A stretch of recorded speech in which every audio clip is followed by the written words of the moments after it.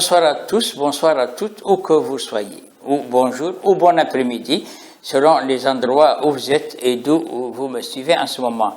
Donc, moi, c'est Mohamed Cheghali, je suis journaliste, je suis mauritanien, je suis indépendant.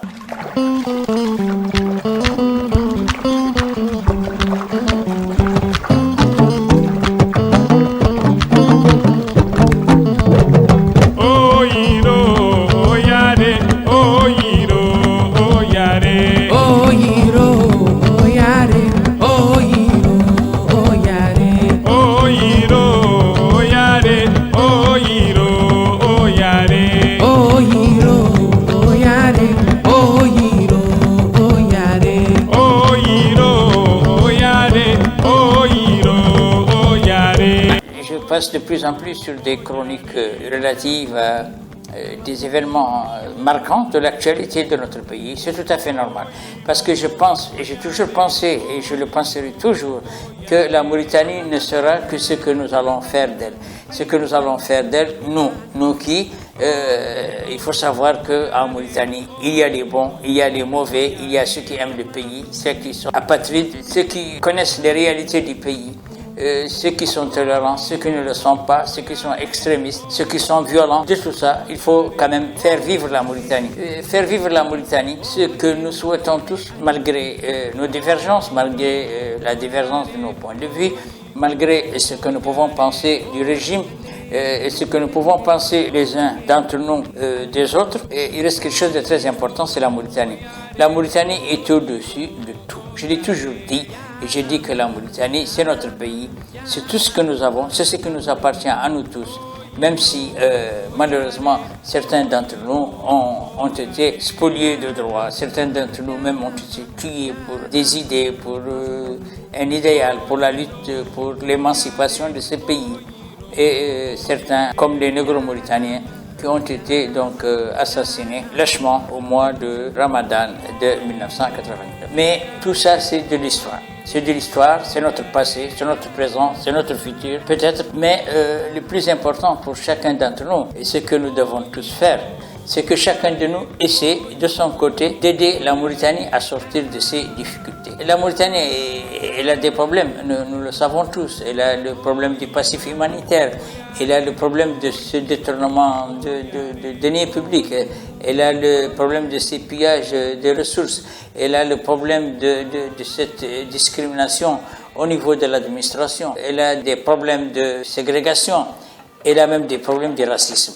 Il ne faut jamais avoir peur de dire la réalité, parce que c'est en reconnaissant la réalité et en parlant de la réalité qu'on peut résoudre nos problèmes. Le silence ne les résout pas, mais aussi ne les résout pas le fait de se lancer dans une opposition aveugle, une opposition malhonnête, parce que l'opposition elle est malhonnête quand elle transforme ce qui est positif en négatif et ce qui est en négatif en plus négatif. Donc ça, ce n'est pas, je ne pense pas que ce soit la solution pour régler nos problèmes.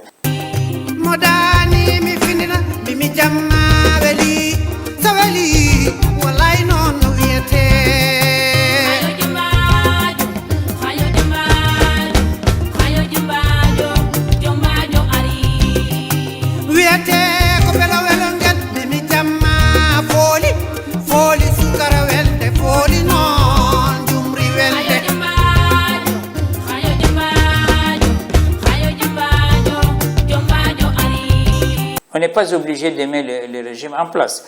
On n'est pas obligé d'appartenir au pouvoir. On n'est pas obligé d'adhérer au parti au pouvoir pour faire voir. On peut lutter. On peut lutter sans être violent. On peut lutter sans atteindre à la dignité des personnes. Parce qu'après tout, nos responsables, depuis le président de la République et jusqu'au conseiller du ministre, sont des personnes. Et ce sont des personnes. Il faut faire la différence entre la personne en tant qu'individu et la personne en tant que personnalité publique. En tant que personnalité publique, la personne doit critiquer les résultats de ce qu'elle fait et de son travail par rapport à l'émancipation et au développement du pays. Mais en tant qu'individu, il ne nous regarde pas. C'est toujours pourquoi j'ai dit, et dans certains audios, je l'ai répété, que Ghazouani n'est pas important, Ould Abdelaziz n'est pas important, Ould Haïdaleh n'est pas important. Comme on l'a remarqué maintenant, Maouya Ould Ahmed Taye qui nous a plongé dans les plus grandes difficultés de ce pays. avec le massacre des Négros au Mauritanie en 89, lui aussi n'est pas important, il n'est plus important. Donc ce qui est important, c'est la Mauritanie. Et la Mauritanie, on ne peut faire de la Mauritanie une Mauritanie importante que si nous contribuons chacun de façon positive à ce qu'elle soit construite. Parce que manquer les gens de respect, insulter leurs parents, les insulter eux-mêmes, insulter leurs proches, ça ne construit pas la Mauritanie et ça ne développe pas la Mauritanie, malheureusement. Et il y a beaucoup d'entre nous qui sont là pour détruire, parce qu'il faut quand même être réaliste. Il y a des Mauritaniens qui ont fait un travail énorme et qui a été détruit par d'autres. Et ce travail énorme, c'est un travail qui devait apporter un plus à la Mauritanie. Mais malheureusement, quand on n'aime plus quelqu'un ou quand on est opposé à une personne, tout ce qu'elle a fait n'est pas bon. Moi, j'ai toujours dit, et je le répéterai toujours parce que ça fait très mal. Il y a quelque chose qui m'a toujours fait très très mal. Très mal, c'est quoi? C'est le projet de Kitab qui a été fait par Ma'awiya Ould Ahmed Al-Taye. Vous vous souvenez que le président Ma'awiya Ould Ahmed Al-Taye avait construit des maisons de Kitab, c'est-à-dire des maisons de livres. Et il avait acheté pour des millions et des millions de livres et de documents qui ont été utiles pour l'éducation de la population et l'éducation de nos enfants. Malheureusement, après son renversement, quand vous venez à la maison de Kitab, une maison qui sont pour la plupart maintenant occupées par les registres sécurisés, le projet a été abandonné. Et malheureusement, les millions de livres qui ont coûté des milliards à l'État mauritanien, on ne sait pas ce qu'ils sont devenus. Et parce que le président Ma'awiya avait été renversé par Mohamed Abdelaziz, personne ne voulait plus parler de Kitab et personne ne voulait plus parler de ce projet. Ce n'est pas normal.